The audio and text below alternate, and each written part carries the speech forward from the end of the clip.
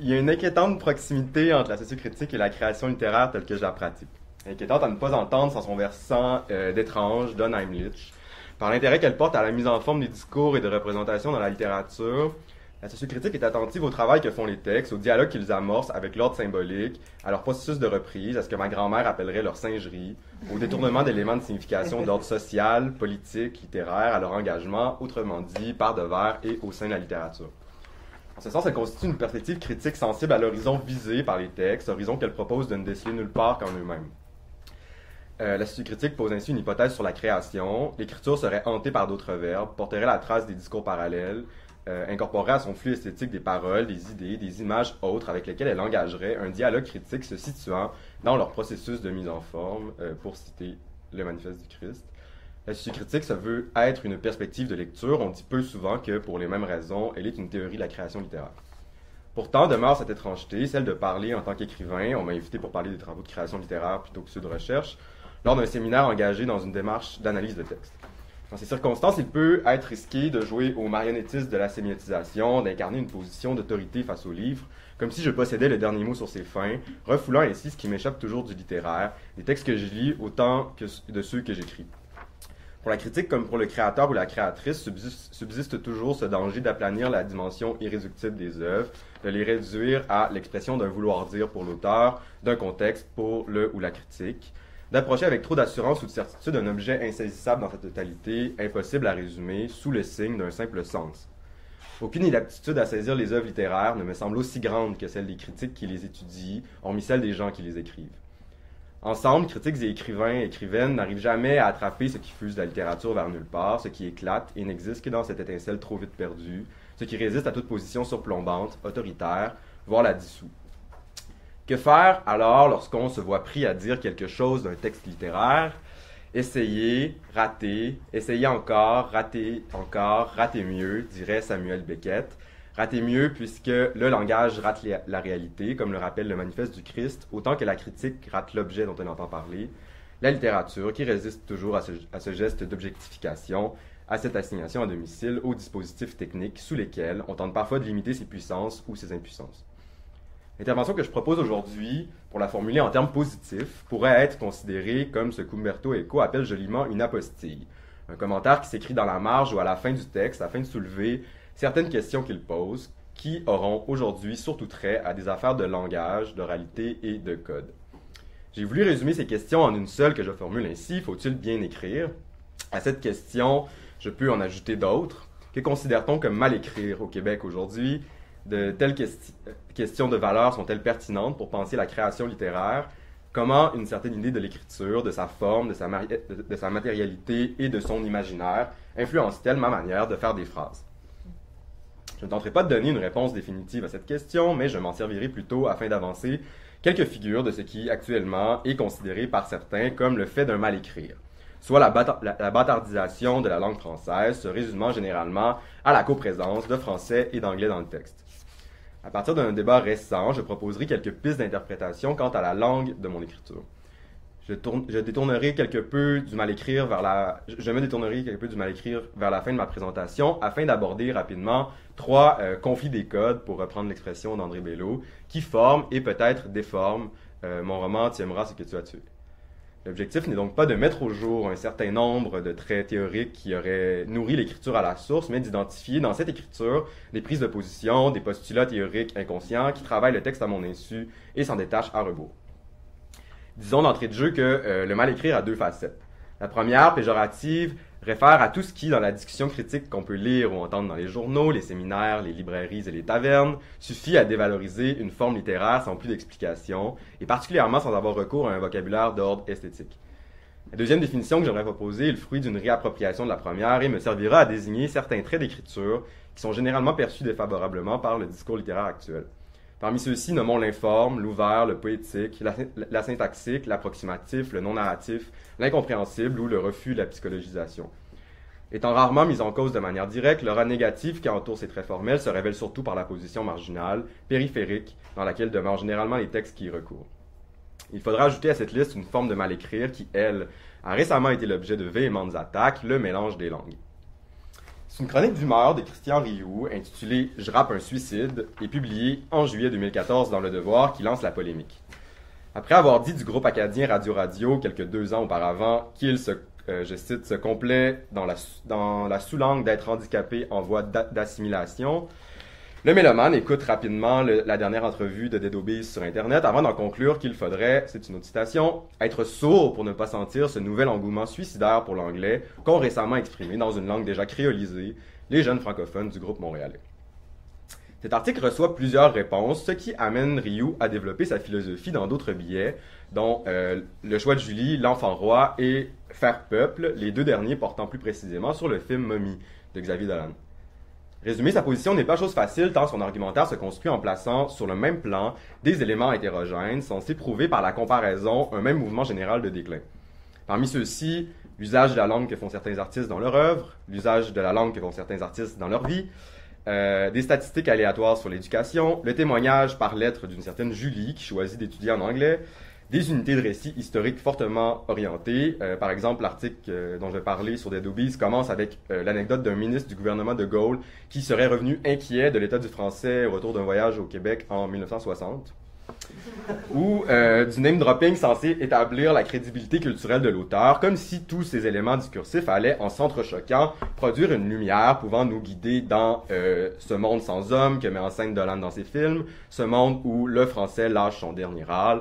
Vous aurez compris que j'applique ici sa méthode. Puisque l'écriture du chroniqueur adopte un ton à mi-chemin entre l'autorité et la mélancolie pour fonder ses recoupements confus, reposant sur des parallélismes creux, il est difficile de considérer sa théorie sur ce qu'il nomme la créolisation de la langue d'un point de vue sérieux. C'est donc plutôt comme un symptôme que je considérerai ces textes dont je tire quelques conclusions. Les articles sont à mon avis révélateurs de la présence d'un discours social sur le mélange des langues dans l'écriture, considéré par Rioux comme peut-être la forme ultime de mal écrire. Sa réflexion repose sur le présupposé qui voudrait que la langue littéraire soit un reflet de la langue parlée. Cette idée peut être lue en négatif dans les textes de Rioux, qui affirme par exemple que le joual de Tremblay est une invention littéraire, ce qui n'empêche pas son auteur de s'exprimer dans une langue comprise de Dakar à Bruxelles. Tel n'est pas le cas des chanteurs de Dead Obeez, ajoute-t-il, qui sont convaincus d'être les prophètes d'une nouvelle langue métissée, multiculturelle, mais étrangement anglaise. Le groupe Dead Obeez, par contraste avec Tremblay, qui lui fait de l'invention littéraire, ils sont décrits comme les prophètes d'une langue automatiquement politique, référentielle, et qui ne peut être considérée comme littéraire. Ce court-circuit est l'essence du propos du correspondant à Paris. Si la langue des rappeurs pose problème, c'est qu'elle incarne l'anglicisation en cours de la société québécoise. Il est cependant étonnant de retrouver ce même motif de reflet dans la réponse aux attaques de Rioux que formule Yes Mekan, leader du groupe Dead Obeez, dans le journal Voir. Il affirmait alors précisément, comparant son travail à celui de, je cite, Sylvain Cossette, qui a accumulé 3 disques d'or en anglais avec sa série des reprises des années 70, et à Céline Dion et Simple Plan, qui ont frappé des succès planétaires grâce à des œuvres en langue anglaise, pourtant tous francophones de naissance, que le cœur des reproches qu'on leur adresse porte précisément sur le mélange des langues. Il dit, parce qu'on va se le dire, c'est pas l'anglais qui vous fait peur, bon, quand même un peu, hein. Ce qui vous dérange concrètement, c'est le mélange des 2 langues. C'est leur fraternité qui vous déstabilise. Chantons en français, oui. Chantez en anglais, correct, on va vous laisser faire, mais sacrément, allez hun. Allez pas mélanger les 2 langues dans une même phrase, ça va vous exploser dans la gueule. Un peu plus loin, il explique ce choix esthétique en des termes qui reprennent, comme je l'ai dit, l'idée d'un reflet de la langue sociale. Une autre affaire dont vous êtes passé à côté, je n'ai jamais joué à inventer une langue pour me rendre intéressant. Je n'ai pas forgé un dialecte de toute pièce pour pogner d'une mare à l'autre ou pour vendre des disques aux petits Américains, vendre du rap aux États-Unis, aussi bien essayer d'exporter nos belles grosses oranges en Floride. On a couché ce langage-là sur disque parce qu'il était là, autour de nous. Pour ma part, je ne l'ai jamais revendiqué comme le langage du futur, je ne l'ai jamais imposé à personne. Bien qu'il soit employé à des fins politiques opposées, le mythe d'une traduction, d'une transposition sur disque d'un langage qui était là, malgré la forme, on ne peut plus travailler, découper, construite du rhythm and rhyme propre au rap, je vais en donner un exemple tout à l'heure, est ici le même que colporte Rioux. Benoît Melançon, dans un billet de leur étendu sur le sujet, ne manquera pas de rappeler à cet effet le caractère factice de toute langue littéraire, en soutenant que quiconque pense que, c'est une citation, la langue de l'art est le reflet fidèle de la langue parlée en société, qu'elle en est le miroir, se trompe. Chaque créateur se fait sa langue, qu'on appréciera ou pas. Croire que cette langue est la langue de tout un chacun n'a pas de sens. La langue de la littérature, de la chanson, du théâtre, du cinéma, de la télévision sont des langues inventées, que les gens de Dead Obeez s'en rendent compte ou pas. » Fin de la citation. Alors, si la poétique du rap keb m'intéresse autant, c'est précisément, malgré ce qu'en dit Yes Mekan, parce qu'elle écrit, à mon avis, une langue inventée qui s'éloigne de toute langue parlée ou réelle. En effet, elle procède, de mon point de vue, d'une construction esthétique qui, sans doute, s'inspire de métissage linguistique réel, voire en calque certaines expressions, en reprend certains mots de vocabulaire, mais qui, suite à la mise en texte, ne me paraît viser ni un réalisme dans le travail de l'oralité, ni un mimétisme dans le croisement des différentes langues. Je réfuterai donc la défense de Yes Mekan qui affirme transcrire simplement une langue qui existe dans son milieu socioculturel en vous faisant entendre rapper Yes Mekan.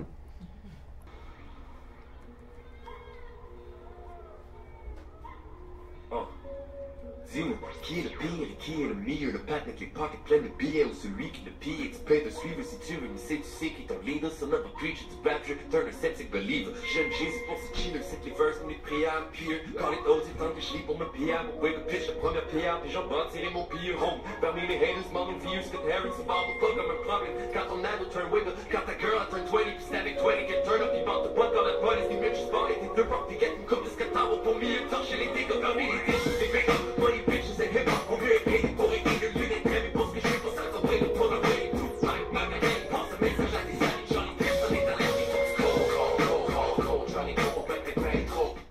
Voilà. Je ne procéderai pas à l'explication du texte. Non, mais j'ai réussi à tout comprendre à part PI. Je sais vraiment pas c'est quoi. Je lis pour me PI. S'il y a quelqu'un qui a la réponse, je serais preneur. Donc, ne serait-ce que pour la sonorité mécanique, rythmée par des allitérations et des assonances finement arrangées, pour le texte qui flirte tantôt avec la fable dans le premier couplet, la poésie narrative ou l'adresse aux haters, on pourrait d'ailleurs voir se profiler Christian Rioux dans ce personnage de père qui attaque le groupe parce que ses ados turn wig. Mais aussi pour le nombre de références intertextuelles importantes, internes ou externes au rap, il est à mon avis impossible d'avancer qu'il y a quelconque mimétisme du parler social dans l'écriture de Yes Mekan. S'il faut interpréter leur usage de la langue, il me paraît plus juste de poser que l'écriture de Dead Obeez entretient un rapport conflictuel, voire agressif envers les normes langagières de la chanson et plus généralement de l'institution littéraire. Il s'agirait donc pour les rappeurs de performer une manière de mal écrire servant à contester le bien écrire, à déconstruire ce que l'on prend pour tel. Comme le dit justement le rappeur lui-même, un peu plus loin dans son texte, notre ambivalence de langage, notre hybride, notre mixité est d'abord un refus de prendre part à votre monde, peut-être parce que vous n'avez jamais voulu de nous dedans au départ, qui sait. Dead Obeez se donne le droit d'exister en dehors du paradigme, en deçà de la superstructure anglo-franco, qui gouverne la culture québécoise depuis des décennies, sans renouveau du discours, sans perspective fraîche. À mon avis, l'innovation langagière dans la littérature québécoise contemporaine est allée chercher du côté des rappeurs de Dead Obeez, ou d'À Claire ensemble, plus que chez Louis Hamelin. Je propose donc de considérer les questions que soulève l'intervention de Mekan en leur donnant une résonance littéraire. Ne peut-on pas se demander, à la lumière des questionnements sur le mélange des langues dans l'écriture qui eurent lieu dans le débat public en 2014, pourquoi ce débat linguistique n'atteint pas justement la littérature? Pourquoi, en 2014, personne n'accuse plus spécifiquement le roman d'être lui aussi créolisé? Parce que Christian Rioux ne lit pas, me direz-vous, mais encore. Spécifions d'abord que le mal-écrire des groupes rap recouvre deux traits formels.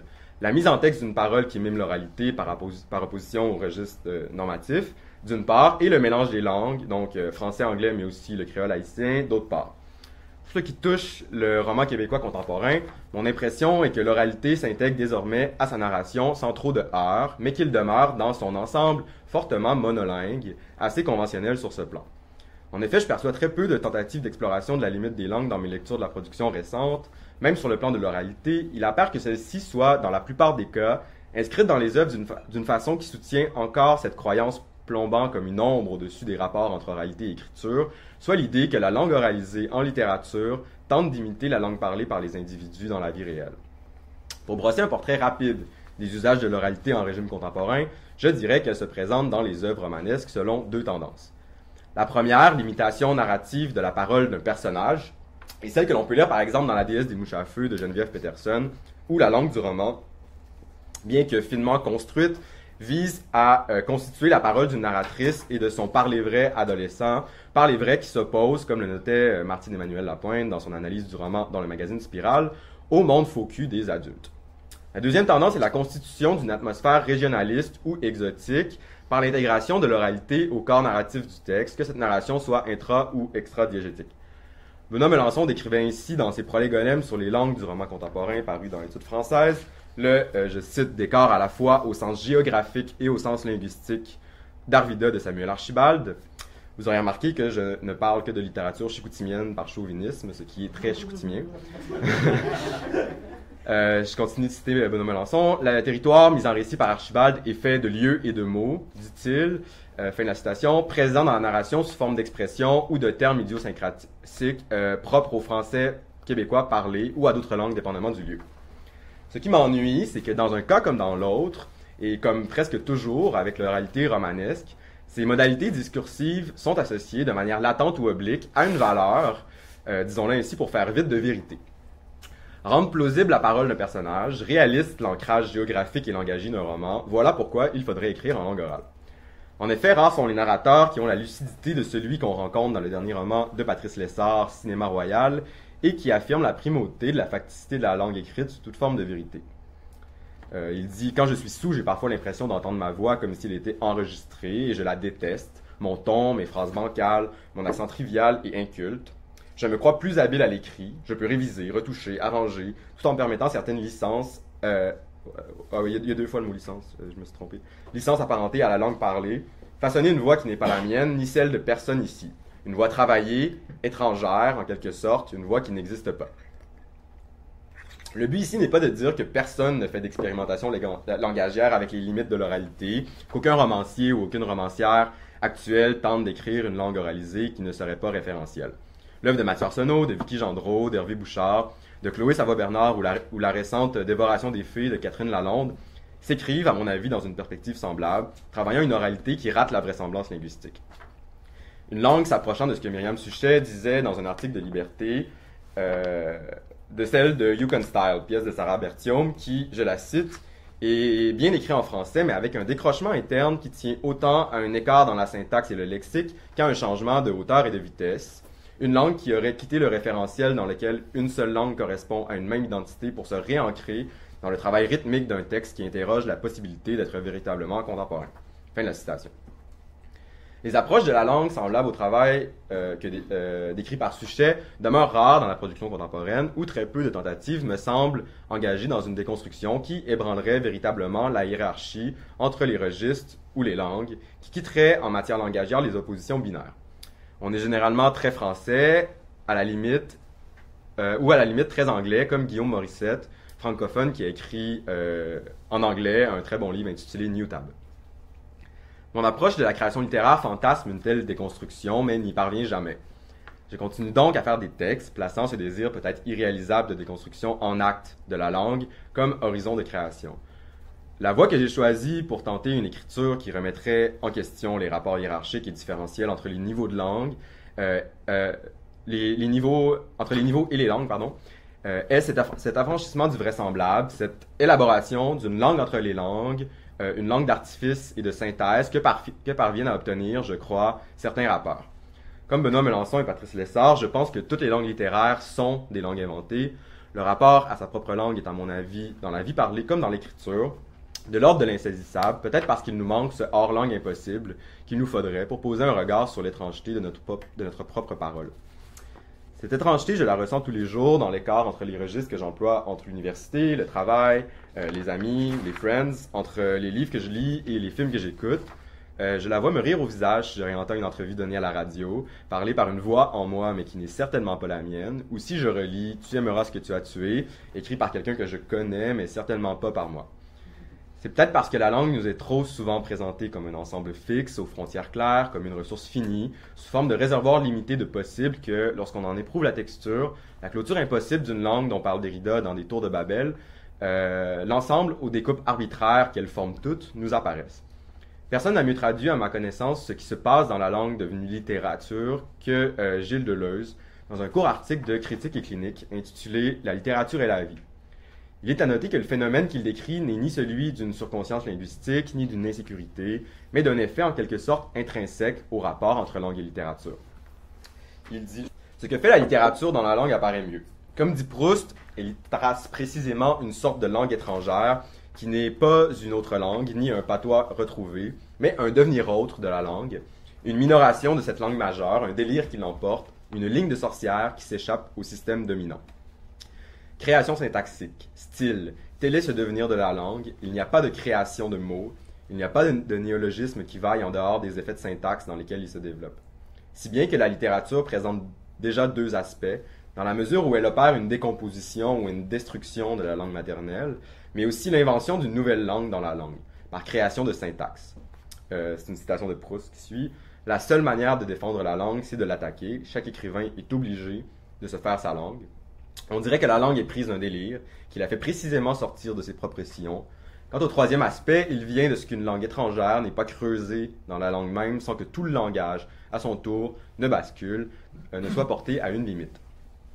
Ce que Deleuze nous invite à penser, c'est la disparition de la langue maternelle dans l'écriture, la trahison toujours à l'œuvre dans l'acte scriptural, considéré comme une forme de résistance, comme une possibilité d'échapper au système dominant. Ce même système dominant que rejette Yes Mécan en parlant du refus de votre monde, ou que le narrateur de mon roman désigne sous le nom de Chicoutimi. Ce système dominant, selon Deleuze, est celui du langage quotidien, de l'expression claire, de la fonction communicative. On pourrait sans doute l'étendre aux formes littéraires codées ou aux normes linguistiques. La littérature se fait, puis l'absurdité, l'autorité sans fondement de ces notions nous apparaissent, semble dire le philosophe. Cette résistance ne passe pas seulement, précise-t-il, d'ailleurs par la simple création de néologismes, donc par l'invention pure et simple, mais un peu superficielle, de nouveaux éléments à ajouter au système déjà en place. Je crois que l'idée de Deleuze, qui explique le geste littéraire par la destruction et le recouvrement d'une langue originaire, par l'apparition d'une langue dans la langue, comme il le dit, peut expliquer le choix énonciatif de mon livre. Écrit en courts morceaux de textes épais, narrés par le protagoniste, je voulais, en unifiant toute la narration en cette seule parole, d'un texte qui coulerait comme une traînée de lave, fondant en elle tous les autres modes de discours romanesques, comme le discours rapporté ou le dialogue, par exemple. Ce qui ne signifie pas que le texte soit monologique. Il se produit, me semble-t-il, la chose suivante. La réalité vécue par le personnage, les événements narrés ainsi que les différents discours qu'il entend nous parviennent par le filtre de sa narration qui efface l'origine de ses paroles. Je me suis mêlé dans ma phrase. Les événements narrés ainsi que les différents discours qu'il entend nous parviennent par le fil de sa narration qui efface l'origine de ses paroles, perçant parfois sous son flot narratif en un style indirect libre. Ce style indirect libre lui-même ne s'écrit pas de manière systématique dans le roman, il revêt plutôt différentes fonctions qui ont chacune une manière particulière d'agencer les paroles, les énoncés et les locuteurs ou les locutrices. Je vous en présente trois. Le premier mode est celui qui inscrit dans l'énonciation principale du narrateur un énoncé secondaire provenant d'un autre personnage ou de la rumeur sociale. Ce procédé produit une narration hantée par des voix étrangères ou encore par des éléments de discours social reconduits sans nuance par le protagoniste. Si le mode d'énonciation procède ici par superposition, l'étouffement de la multiplicité des discours sous-jacents ne se produit jamais tout à fait, le narrateur faisant office de filtre, de passoire pour les autres paroles. Bien que Fall d'Histoire, le personnage principal du roman, a pour fonction la critique, la mise en procès du système dans lequel il se trouve, le procédé énonciatif que je viens de décrire montre toutefois qu'il ne peut pas simplement le rejeter, qu'il fait tragiquement et fatalement partie du système qui l'attaque, autrement dit. J'en veux pour exemple un chapitre intitulé « Avantages commerciaux » qui rapporte tous les poncifs, bien chicoutimiens, je l'ai dit, de la petite ville qui se veut grande, du chauvinisme fier se traduisant dans le texte en une énumération de commodités commerciales accessibles. En épicerie, on n'a vraiment rien à envier à personne. C'est vrai que la baie est rendue avec un maudit beau maxi, mais à Chicoutimi, on a au moins 2 métros, une coupe d'Intermarché, un gros IGA, un gros Loblaws, un Maxi, un Super C. Le Condo Quentin aussi, mais ils vendent cher, ils sont tout le temps sur le bord de la faillite. Toujours est-il que quand tu reçois ton Publisac au début de la semaine, ça t'en fait des spéciaux. Il y a aussi le Tanguay qui est pas pire, un énorme gagnon frère avec un escalier roulant, le bureau en gros, un homard de serre, tous les concessionnaires sauf les luxueux, 3 Tim Hortons bientôt 4, un beau Pacini où tu peux faire toi-même tes toasts, une Casa Grecque avec un bar à salade, un Scores avec un beau bar à salade aussi, un beau nouveau Jean Coutu en face de l'autre Jean Coutu, mais le double de grandeur, on n'a vraiment rien à envier à personne, à envier même au monde de Québec. Le discours de l'autosuffisance, du rien à envier à personne, est ici repris au rond par le narrateur, qui s'inclut très temporairement dans la communauté, sans la mettre à distance autrement que par le ton ironique qui se dégage au fil de la lecture. Ce n'est donc pas tout à fait Fall d'Histoire, c'est le nom du narrateur qui parle ici. C'est plutôt une parole qui n'est pas tout à fait la sienne, qu'il endosse en s'incluant dans le pronom qu'il emploie. Le deuxième mode énonciatif que j'aimerais présenter se caractérise par sa fonction plus narrative que descriptive et apparaît souvent dans des passages où le narrateur raconte une scène à laquelle il n'a pas assisté. La narration emprunte en effet par moments cette focalisation omnisciente, bien qu'on n'y change jamais de narrateur. L'énonciation accueille alors plusieurs voix étrangères qu'elle laisse dialoguer dans le texte, sans nécessairement marquer les changements de locuteur ou de locutrice. Je vous lis l'extrait. « Ça lui tente pas une conversation, Sébastien, surtout pas avec sa grand-mère Madeleine, qui lui parle comme un grand, parce qu'il est assez vieux pour comprendre. Elle lui parle comme un grand, mais un grand débile, avec ses petits regards tendres, ses mains sur ses bras pour garder son attention, son accent mis sur certains mots.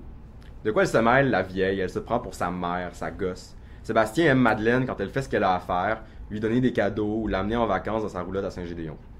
Ta gueule, grand-maman, qu'il voudrait lui dire, comme il le dit parfois à Simon ou à moi, devant toute la gang, pour montrer qu'il n'a pas peur des mots vulgaires. Dans ce passage, on passe donc de la pensée de la grand-mère, quand ça dit elle lui parle comme un grand parce qu'il est assez vieux pour comprendre, à celle de Sébastien, marquée à la fin du paragraphe par le commentaire du narrateur. Le texte veut ainsi rendre la dynamique de la discussion, de la scène décrite, en laissant accéder les paroles dites, mais aussi retenues à sa phrase. Le troisième mode que j'aimerais vous présenter, c'est une énonciation, disons, sans origine. J'ai évoqué deux exemples au fonctionnement somme toute banal, puisqu'aucun d'eux ne réalise vraiment, à mon avis, ce recouvrement de la parole ou de la langue d'origine dont je parlais tout à l'heure. C'est peut-être lors de certains moments rares où l'énonciation se brouille que cette perte advient dans le texte. On ne sait alors plus où placer la frontière des discours, où situer leur origine. La voix narrative quitte le réalisme pour laisser place à des fragments de paroles qui ne peuvent jamais avoir été dits, mais qui ne proviennent pourtant pas simplement de la psyché du narrateur. L'énonciation se rapproche, dans ce cas, de ce qu'Anne-Hélène Clich explique quant à la parole prophétique. Apparaît dans la narration, je cite, « cette voix dite de la conscience qui se parle en moi sans moi, qui conduit le sujet sur les arêtes de sa division. » Fin de la citation. La logique, lors de ce mode d'énonciation, est celle, c'est encore Anne-Hélène Clich qui parle, de la disjonction entre l'énoncé et l'énonciation, disjonction qui fonde précisément sa pratique en ce qu'elle repose sur la découverte que la vérité du sujet, dans la théorie psychanalytique qui occupe l'écrivaine, concerne sa jouissance, se situe dans l'énonciation et non dans les images qu'il se fait lui-même. Fin de la citation.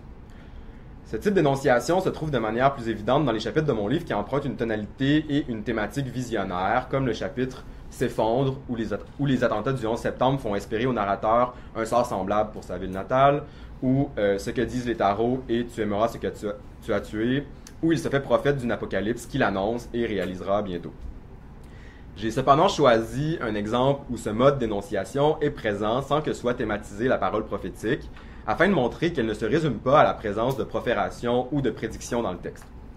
Au début du roman, 4 courts chapitres servent à évoquer l'atmosphère d'une classe dans une école primaire, évocation qui se fait par un collage aussi, de discours incluant des consignes de la matière scolaire, des propos désobligeants tenus par les élèves envers d'autres élèves ou envers les profs. Plusieurs éléments peu plausibles, comme un discours attribué à la prof d'art dont la consigne est de, je cite, « Dessinez votre maison, la vision de votre maison, ne dessinez pas votre maison mais votre demeure, là où vous restez, ce qui en sera le souvenir plus tard lorsque sur votre lit de mort vous vous direz « Cette maison fut ma demeure ». Donc, plusieurs éléments peu plausibles se glissent dans ce foisonnement d'énoncés et servent à induire d'entrée de jeu une faille dans la représentation, à marquer une distorsion par rapport à la vraisemblance. Dans un chapitre intitulé « Régent Tremblay » en hommage à ce grand écrivain, le narrateur décrit de cette façon la décoration de la salle de classe. Le mur de la porte d'entrée est couvert du plancher au plafond de mots de vocabulaire. Ce sont des mots doux, des mots naïfs. On ne veut pas nous apprendre si tôt à aller lire là où il ne vaut mieux pas. Pas de mots sur la violence du monde, son imminente fin, sur les gens qui se crossent dans le crâne des squelettes. Pas de mots sur le cancer qui tue en silence, sur les ténèbres qui remontent parfois en nous et qui nous portent vers la chaise et sa corde, se pendent pour le fuck you du monde. Pas de mots sur les guerres, aucun mot de vocabulaire qui porte sur la vérité de notre terre gorgée de cadavres et dont le sol gras c'est une erreur, pardon, S-U-E, la mort depuis que le monde est monde, dans lequel on ne peut plus donner un coup de pelle sans arracher quelques lambeaux humains, quelques corps de quelques morts dans quelques génocides oubliés. Quand on a fini notre bricolage, on va voir Madame Isabelle. On comprendra que l'énoncé qui porte une sorte de savoir tragique et millénaire, une mémoire qui dépasse celle du sujet, qui est un enfant de 8 ans ici, peut difficilement avoir été dit par le narrateur ou par un autre personnage du récit. Le texte incorpore donc un énoncé dont l'origine est inexistante, introuvable, dans la diégèse, qui agit comme une sorte de conscience élargie aux dimensions de l'histoire, qui s'emparerait soudainement de la voix du narrateur pour faire apparaître la fracturation que la parole prophétique cause chez le sujet, selon Anne-Hélène Clich. Cette stratégie énonciative, comme je l'ai déjà suggéré, permet d'ébranler la mimésis par un procédé proprement textuel, de mettre à distance la facture réaliste, autrement que par la narration d'événements impossibles, ce que le roman fait aussi, par ailleurs, avec les enfants morts qui reviennent comme des fantômes, d'ouvrir le texte à un espace que je nomme non référentiel, parce que son énoncé n'a aucun ancrage plausible dans le roman. Le travail de l'oralité que je voulais effectuer en écrivant le livre peut se décrire de manière parente.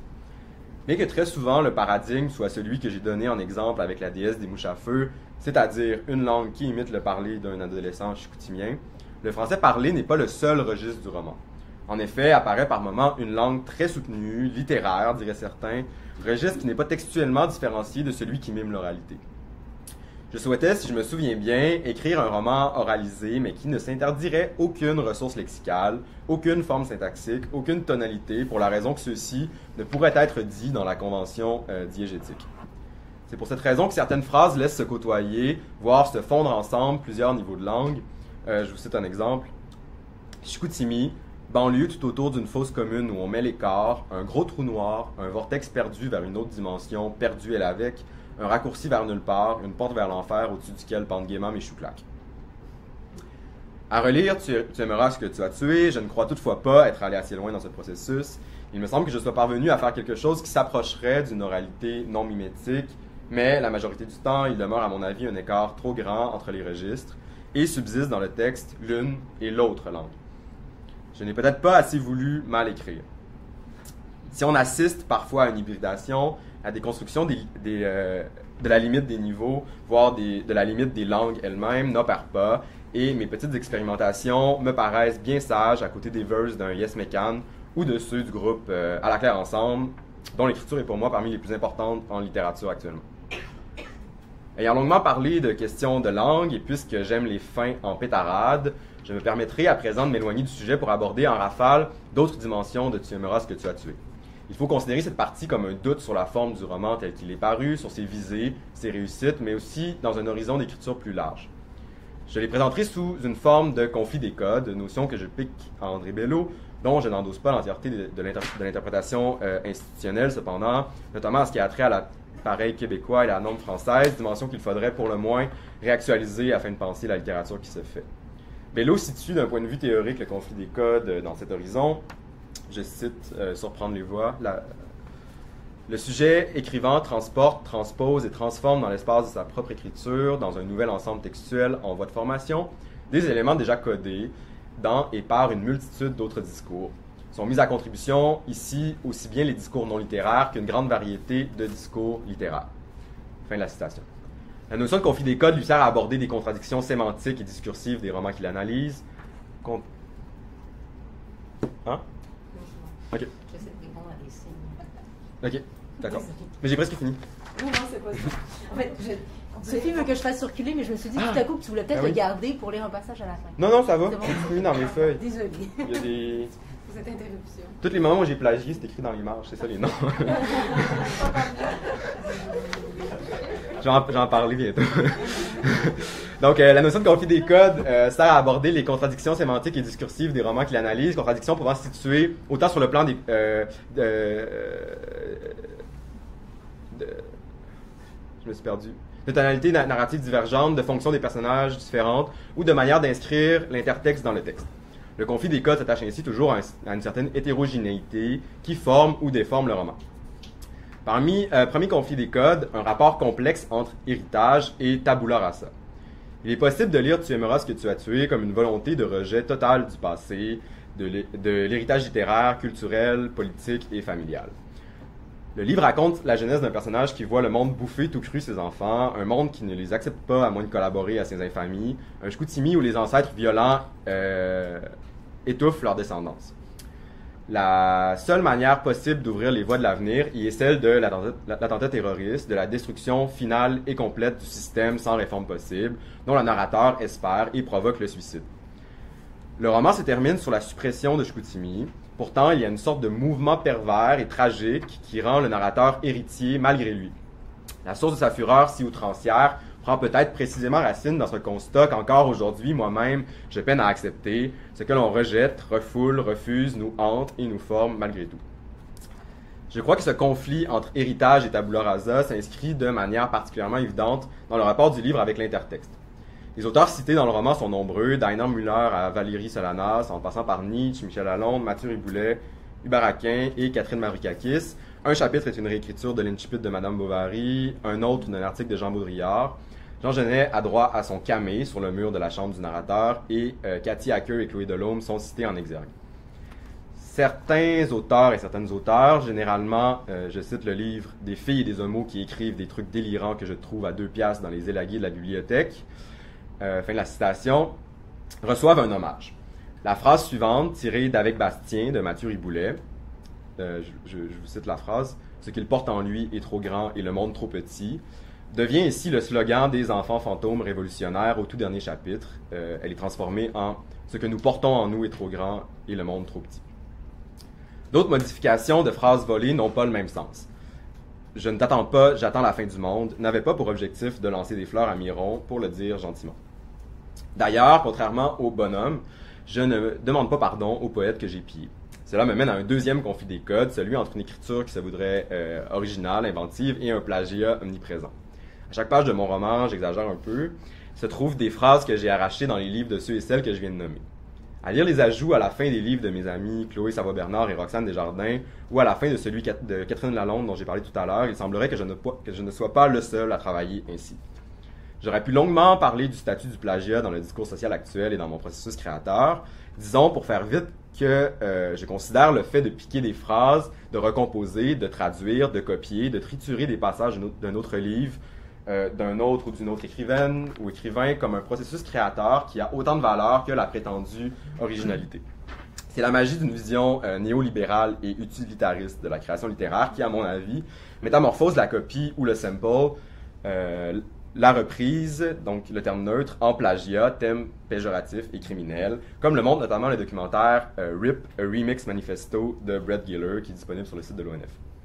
Or, il semblerait que la littérature ait beaucoup de difficultés à accepter sa dimension imitative et incestueuse, comme on l'a récemment appris avec l'affaire, entre guillemets, Pierre Desruisseaux. Accuser un poète qui traduit et adapte des vers d'auteurs anglophones de plagiat suffit à le condamner.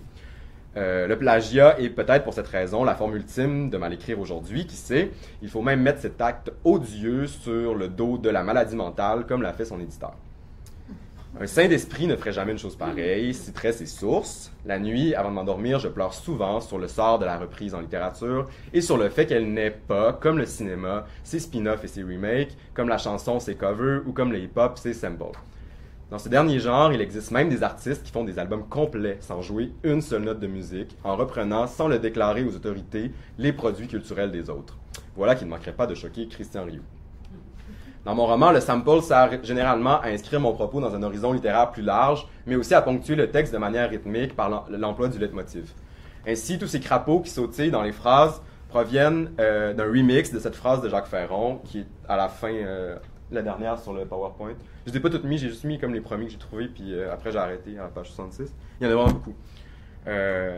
Donc c'est une phrase du Saint-Élias de Jacques Ferron. C'est vers sa femme qu'il se tournait, cette petite Lamie avec laquelle il avait essayé d'être délicat, qu'il n'avait pas réussi à rendre heureuse, dont la croix noire se dressait parmi les autres qui l'entouraient, au pied desquels sautaient les vilains crapauds.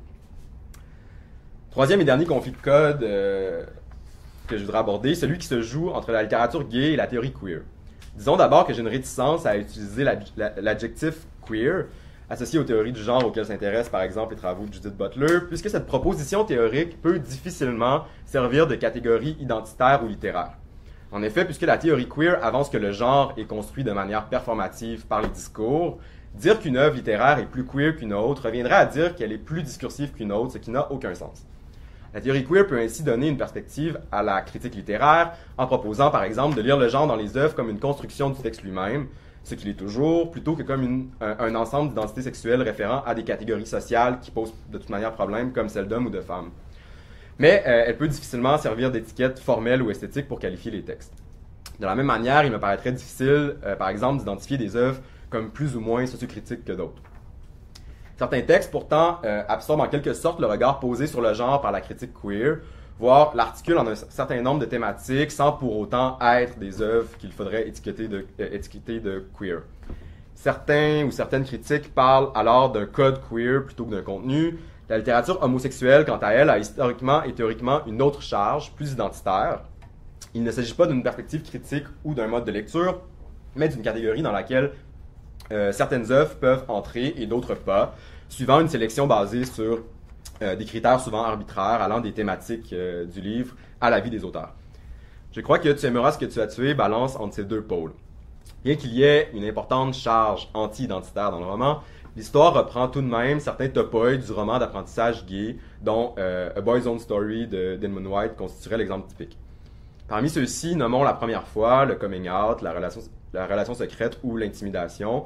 Cette dimension se voit toutefois contrebalancée par une méfiance envers les représentations positives et intégrationnistes de l'homosexualité, ainsi qu'un certain nombre d'attaques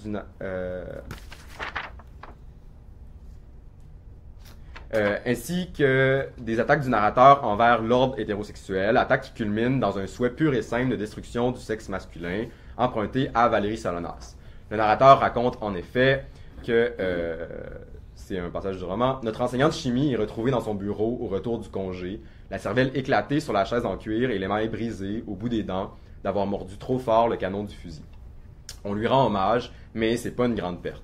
J'ai beau faire semblant, j'arrive pas à croire à la valeur de la vie de cet homme, détestable, et je célèbre secrètement chacune des nouvelles morts d'un membre de son espèce comme un pas de plus vers l'élimination du sexe masculin. Plusieurs autres conflits des codes auraient pu être l'objet d'un développement plus long et pourront l'être lors de la période de questions.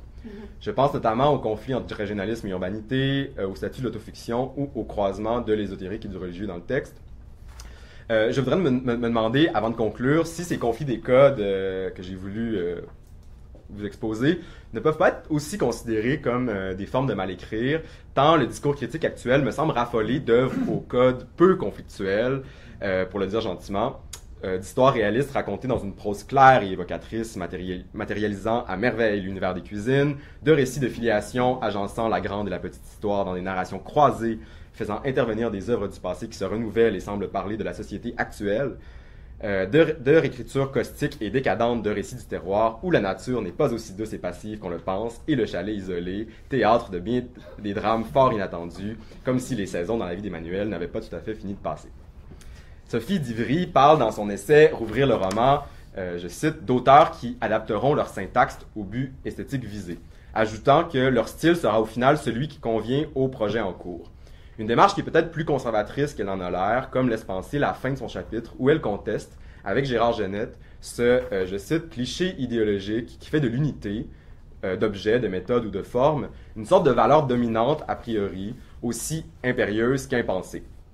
Elle ajoute finalement, sur une note plus personnelle, que construire une œuvre ne devrait pas signifier adopter une religion stylistique puis s'interdire toute hérésie. Avant de finir, j'aimerais rappeler une chose simple.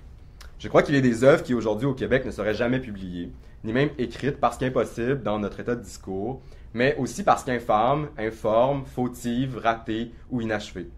C'est en partie la raison pour laquelle j'ai voulu faire du mal-écrire le thème de ma présentation. Un livre aussi grandiose que Me déshabiller n'aura jamais été une tâche facile, abandonné par Jean Basile à la fin des années 80 et paru à l'automne dernier chez Fides, et l'un de ces ratages sublimes qui, s'il parvenait à un éditeur demain matin, serait refusé. Je crois que quiconque cherche à comprendre la littérature qui se fait a avantage à s'intéresser aux projets ratés, aux chantiers impossibles, aux écritures qui ne sont pas advenues et qui ne pourront peut-être jamais advenir, à toutes ces possibilités jamais menées à terme qui demeurent sous forme de potentiel ouvert, de virtualité qui hante la littérature écrite, comme une sorte de jumelles fantômes et qui sont, pour cette raison, hautement signifiantes. Quel mal-écrire constitue le point de fuite de la littérature contemporaine? Quelles impossibilités sont à l'œuvre dans ses soubassements et la traversent de part en part? Voilà des questions qui me travaillent. Voilà.